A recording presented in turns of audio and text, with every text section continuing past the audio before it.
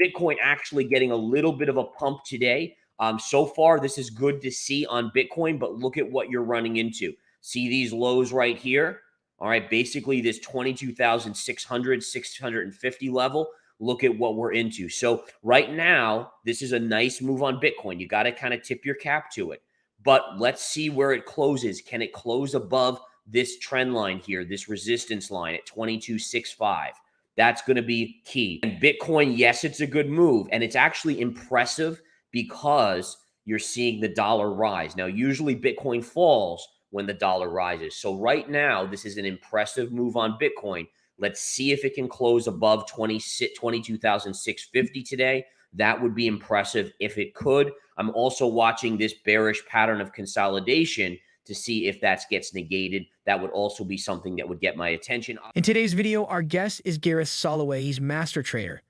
In 2021, he launched Verified Investing Crypto, using the same technical tactics to help investors swing trade Bitcoin, Ether, and other coins. Before going further in this video, make sure to hit the subscribe button for more recent updates about digital assets. Experts in the cryptocurrency market are attempting to predict where Bitcoin will go in the next months and years, especially as the leading digital asset has climbed back above the $20,000 psychological thresholds since the beginning of 2023. Looking at the technical aspect, Bitcoin is anticipated to face substantial resistance at the $24,300 level. A favorable bullish breakout above this level could trigger an upswing toward $25,250, with a further breakout having the potential to propel the Bitcoin price toward $26,850. However, in the event of a bearish trend, the immediate support levels for Bitcoin can be located at $22,375 and $21,300. The next halving event for the flagship digital currency is scheduled for 2024 and is one of the events that might dramatically push the price of Bitcoin, according to many experts and proponents, which could have a considerable impact. When attempting to forecast how Bitcoin's price will move in the future, history may be a valuable tool for determining the future direction of prices, which is particularly true when taking into account the fact that Bitcoin's value has increased by almost 1,000 times since the initial halving. So resistance confirmed above becomes support. Support confirmed below becomes resistance. So you have to respect the blue line. Even as much as I think the markets are still going to go down another 25% in 2023, I still think that you have to look for a technical bounce at that level.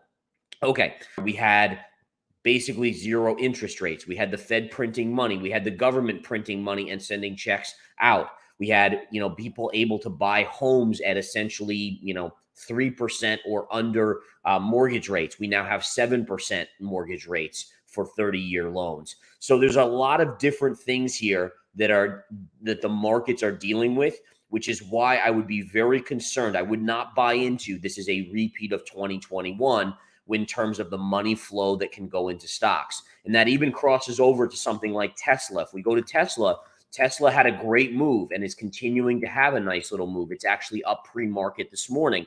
But the problem is that you don't have the same financial conditions that you had when you were up at the all-time highs. So for me, we hit resistance. Look at this line right here. We hit resistance right here. We pull back.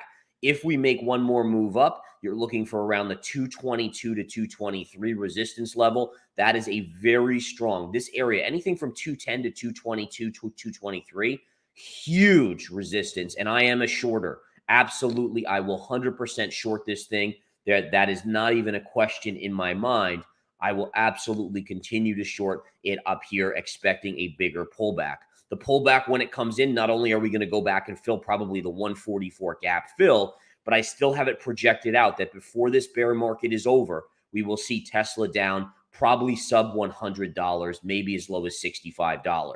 According to Gareth Soloway, Tesla has been controversial both as a company and as a stock since it made its debut with public investors.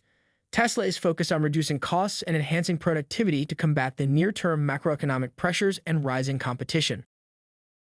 Taking into account potential supply chain issues and other possible headwinds, the company issued production guidance of 1.8 million EVs in 2023, even though it has the potential to make 2 million units.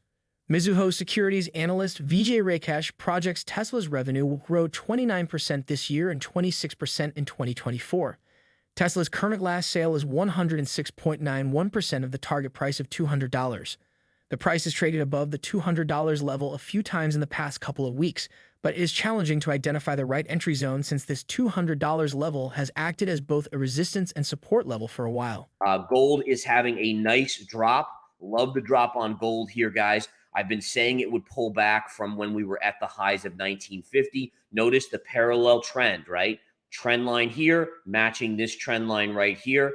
Where did price go? Right to that trend line of resistance. The chart was telling us that, again, we were likely going to see a pullback. Now, you know, I've been a bull on gold going back to late 2021. I said it would be the best performing asset in 2022 compared to Bitcoin and the S&P. It certainly was. And I've said that it will be the best performing asset in 2023 as well when comparing S&P and Bitcoin.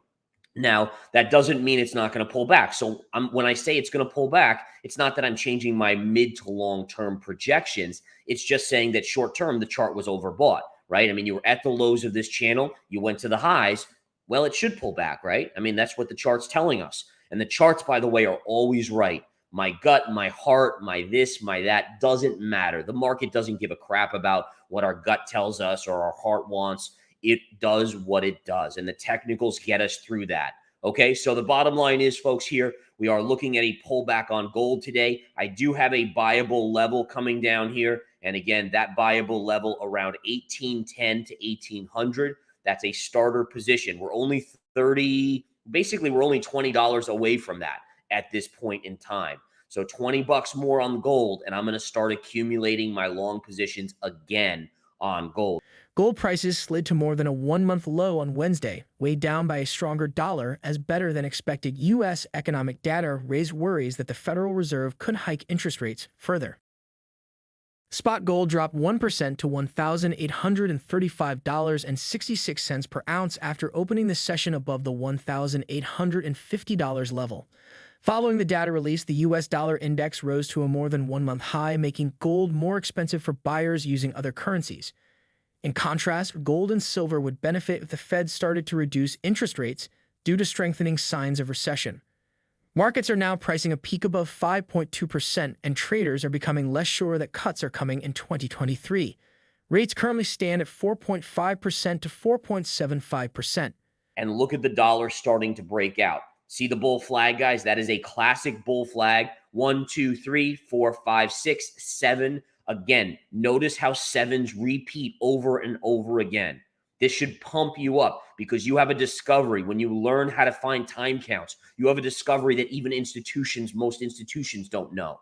All right. This is something that, again, is so important to our daily lives. Understanding when breakouts can occur, understanding then taking the next step further to confirmation signals. It's freaking amazing. But look at the 3-bar surge and then the time count. And then here goes the breakout. Now, the breakout on the dollar is actually bearish for the stock market and for crypto. So again, we'll have to watch and see what crypto does. Right now, you still have a lot of money that's trying to rush into crypto. It's rushing into the meme stocks. It's rushing into the Teslas, the NVIDIAs, all of these it's rushing into.